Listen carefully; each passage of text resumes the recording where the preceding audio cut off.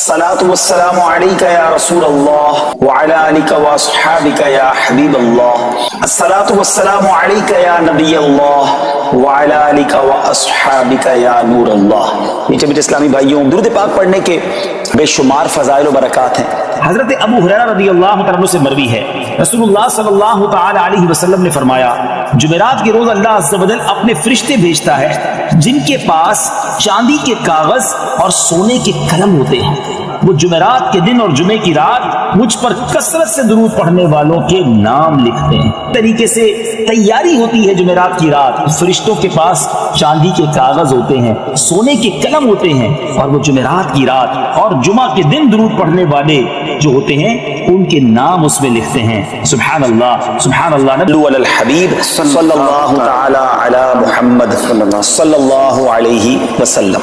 آج بڑا کمال کا موضوع ہے، آیت قرآنی ہے، اگر ذکر بڑا ہی نرالا ہے۔ پہلے قرآن کی آیت سن لیتے ہیں۔ اللہ کریم قرآن مجید میں ارشاد فرماتا ہے، بسم اللہ الرحمن الرحیم، وَمَن يَخْرُجْ مِن بَيْتِهِ مُهَاجِرًا إِلَى اللَّهِ وَرَسُولِهِ ثُمَّ يُدْرِكْهُ الْمَوْتُ فَقَدْ وَقَعَ أَجْرُهُ عَلَى اللَّهِ وَكَانَ اللَّهُ غَفُورًا رَحِيمًا۔ پارہ نمبر 5 ہے، سورہ نساء ہے، اور آیت نمبر 100 نمبر آیت ہے۔ ترجمہ: اور جو اپنے گھر سے اللہ اور رسول کی طرف ہجرت کرتے ہوئے نکلا، پھر اسے موت نے آ لیا، تو اس کا ثواب اللہ کے ذمے پر ہو گیا، اور اللہ بخشنے والا مہربان ہے۔ یہ بڑی کمال کی آیت ہے، یہ بہت خوبصورت ٹاپک ہے، اور یہ کس وقت نازل ہوئی یہ انشاءاللہ جب ہم سنیں گے تو ایمان تازہ ہو جائے گا۔ جو سبحان اللہ، تو حج اور مدینے کا سفر نصیب والوں کو ملتا ہے، کاش وہ دن بھی جلد آئے جب ہم گناہ گاروں کو بھی یہ سعادت ملے، ہمیں بھی مکے مدینے سے بلاوا آ جائے، ہم گناہ گاروں کو بھی مدینہ منورہ کی حاضری نصیب ہو جائے۔ اگر آج بات کریں گے اسپیشلی مدینہ منورہ کی، کیونکہ اس جو آیت ہم نے سنی ہے نا، اس کا شان نزول کیا ہے، اس کا بیک گراؤنڈ کیا ہے، کیا فرمایا؟ اور جو اپنے گھر سے اللہ اور رسول کی طرف ہجرت کرتے ہوئے نکلا، قرآن کہتا ہے۔ پھر فرمایا ثم يدرك الموت فقد وقع اجره على اللہ، پھر اسے موت نے آ لیا تو اس کا ثواب اللہ کے ذمے پر ہو گیا۔ وکان اللہ غفور الرحیم، اور اللہ بخشنے والا مہربان ہے۔ ماجرا کیا تھا؟ ایک صحابی تھے، نبی پاک علیہ الصلوۃ والسلام اپنے صحابہ کے ساتھ مکے سے ہجرت کر کے مدینے چلے گئے تھے۔ اب سارے صحابہ ایمان والوں کو یہ حکم تھا کہ وہ بھی ہجرت کر کے مدینے آ جائیں، تو ایک ایک کر کے سارے پہنچ گئے تھے۔ مگر مکے میں ایک صحابی تھے جن کا نام تھا دمورہ بن جندب۔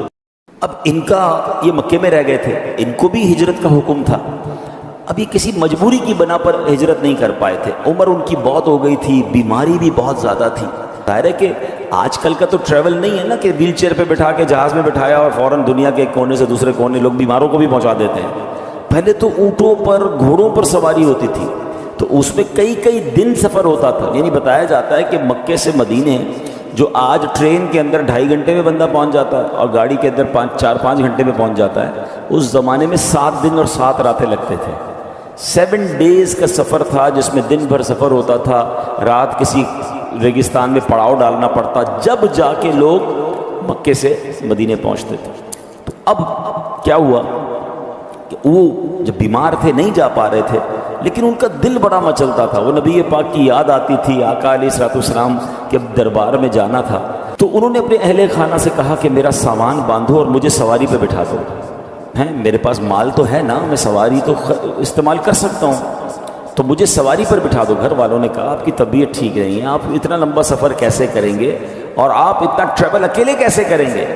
آپ بول بھی پراپر نہیں پا رہے تھے۔ تو انہوں نے پوچھا جانا کدھر ہے؟ تو انہوں نے اشارے سے مدینے کی طرف بتایا کہ مجھے مدینے جانا ہے، مجھے میرے نبی کے پاس جانا ہے صلی اللہ تعالیٰ علیہ وسلم۔ آپ کے لیے زبردست وظیفہ لے کر آیا ہوں۔ اگر آپ بیماری سے شفا چاہتے ہیں درود پاک پڑھیے، قرض سے نجات چاہتے ہیں درود پاک پڑھیے، آپ روزی میں برکت چاہتے ہیں تو درود پاک پڑھیے، آپ عزتوں میں اضافہ چاہتے ہیں تو درود پاک پڑھیے، آپ پریشانیوں سے، مصیبتوں سے بچنا چاہتے ہیں درود پاک پڑھیے، بلاؤں وباؤں سے بچنا چاہتے ہیں درود پاک پڑھیے۔ درود پاک نعمت کتنی بڑی ہے، درود پاک پڑھنے والے کے وارے نیارے ہو جاتے ہیں، اللہ کی رحمتیں نازل ہوں، رب کی طرف سے سلامتی نازل ہو، تو اور کیا چاہیے؟ اس پرفتن، اس خطرناک دور میں جب بلائیں ہیں، وبائیں ہیں، ٹینشنیں ہیں، پرابلمز ہیں، خوف ہے، اور ہر بندہ چاہتا ہے کہ وہ سیکیور رہے، صبح گھر سے جائے شام گھر خیر سے آئے، کاروبار پہ خیر رہے، گھر میں خیر رہے، فیملی میں برکت رہے۔ تو وہ کون سا طریقہ ہے جس سے مجھے یہ سیکیورٹی مل جائے؟ مجھے بتاؤ کہ جس کے سر پر رحمتوں کا سایہ رہے اسے پھر کیا پرابلم ہے؟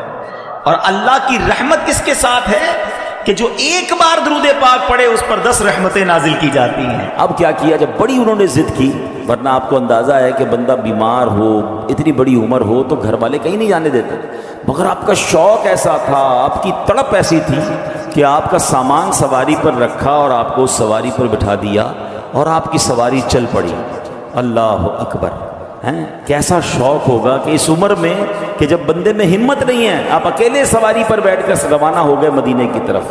سبحان اللہ! اعلیٰ حضرت امام اہل سنت کا ایک شعر ہے نا، شوق روکے نہ رکے، پاؤں اٹھائے نہ اٹھیں، کیسی مشکل میں ہے اللہ تمنائی دوست۔ کہ ایک ایسا شوق ہے کہ رکنے نہیں دیتا، حالت یہ ہے کہ پیر بھی نہیں اٹھ رہا، مگر ان دونوں مشکلوں میں جو نبی پاک سے محبت رکھنے والا ہے وہ اس کے بھی لطف اٹھا رہا ہے۔ آپ بیٹھ گئے سواری پر، روانہ ہو گئی سواری۔ اب جب یہ سواری روانہ ہوئی تو اگر آج کا نقشہ دیکھیں تو آپ 11 کلومیٹر سے زیادہ سفر نہیں کر پائے۔ جو ماشاءاللہ مکے گئے ہیں وہ جلدی پک کر لیں گے میری بات کو۔ ایک مسجد ہے جس کو مسجد عائشہ کہا جاتا ہے، مسجد عمرہ بھی کہا جاتا ہے، ایک اس کا نام مسجد تنعیم بھی ہے، وہ اب مسجد ہے۔ اس ایریا میں ہی آپ پہنچ پائے، یعنی ابھی آپ مکے سے تھوڑا ہی باہر نکل پائے کہ آپ کا انتقال ہو گیا، آپ مدینے پہنچ نہیں سکے۔ تو اب کیا ہوا کہ لوگوں نے باتیں کرنا شروع کی کہ کاش یہ مدینے پہنچ جاتے تو ان کا ثواب کمپلیٹ ہو جاتا، ان کی ہجرت کمپلیٹ ہو جاتی، یہ مزید ثواب کماتے۔ تو قرآن پاک کی یہ آیت نازل ہوئی، اور اس آیت میں کیا رب نے فرمایا؟ سبحان اللہ! میرے رب کی شان دیکھیں، اللہ کریم کی بارگاہ میں ہے نا، یہ فلسفہ سمجھ لیں، وہاں دل دیکھا جاتا ہے، عمل کی باری تو بہت بعد میں آتی۔ آپ کی نیت کیا تھی؟ آپ نے نیت کر کے کام شروع کر دیا نا، بے شک نہ کر پائیں، میرا کریم جانتا ہے کہ اس کی نیت کیا تھی، اللہ وہ اجر عطا فرما دیتا ہے۔ اب کیا دیکھیں قرآن کی آیت نازل ہوئی، کیسے زبردست صحابی ہیں، ان کا جذبہ کیسا تھا مدینے پہنچنے کا، نبی پاک سے ملاقات کا شوق کیسا تھا کہ ان کے اس عمل پر قرآن کی آیت نازل ہوئی۔ اور سچی بات یہ رہتی دنیا کو ایک رہنمائی کے مدنی پھول بھی مل گئے کہ قرآن کیا کہتا ہے، وَمَن يَخْرُجْ مِن بَيْتِهِ مُهَاجِرًا إِلَى اللَّهِ وَرَسُولِهِ، فرمایا جو اپنے گھر سے اللہ اور رسول کی طرف ہجرت کرتے ہوئے نکلا، ثم يدرك الموت فقد وقع اجره على اللہ، فرمایا پھر اسے موت نے آ لیا تو اس کا ثواب اللہ کے ذمے پر ہو گیا۔ پہنچ نہیں سکا مگر اگر راستے میں نکل گیا نا تو ثواب پکا ہو گیا۔ پھر کیا فرمایا؟ وَكَانَ اللَّهُ غَفُورًا رَحِيمًا، اللہ بخشنے والا ہے، مہربان ہے۔ یعنی یہ مت کہو کہ مدینے پہنچ نہ پائے، ہجرت کر نہ پائے، ثواب ملا نہیں، ارے اچھی نیت کر کے یہ نکل گیا، بے شک راستے میں انتقال ہوا، اسے پورا پورا اجر مل گیا۔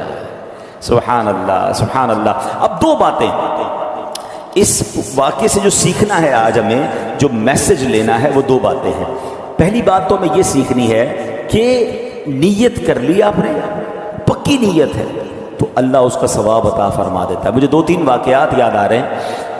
ایک بزرگ تھے، کہیں سے ٹریول کرتے ہوئے جا رہے تھے، راستے میں انہوں نے ایک بہت بڑا جو ہے مٹی کا ڈھیر دیکھا، اور اس وقت اس قوم کے اندر جو ہے نا قحط تھا، لوگ بھوکے تھے، کھانے کو نہیں تھا۔ انہوں نے سوچا کاش یہ پورا ڈھیر جو ہے نا اناج کا ہوتا اور میرا ہوتا تو میں یہ پورا اناج اللہ کے بندوں پر خیرات کر دیتا، سب کو بانٹ دیتا۔ نہ انہوں نے اناج بانٹا، نہ اناج خریدا۔ What he did it intention, اچھی نیت کر لی، ہوتا تو میں کرتا، ہے نہیں۔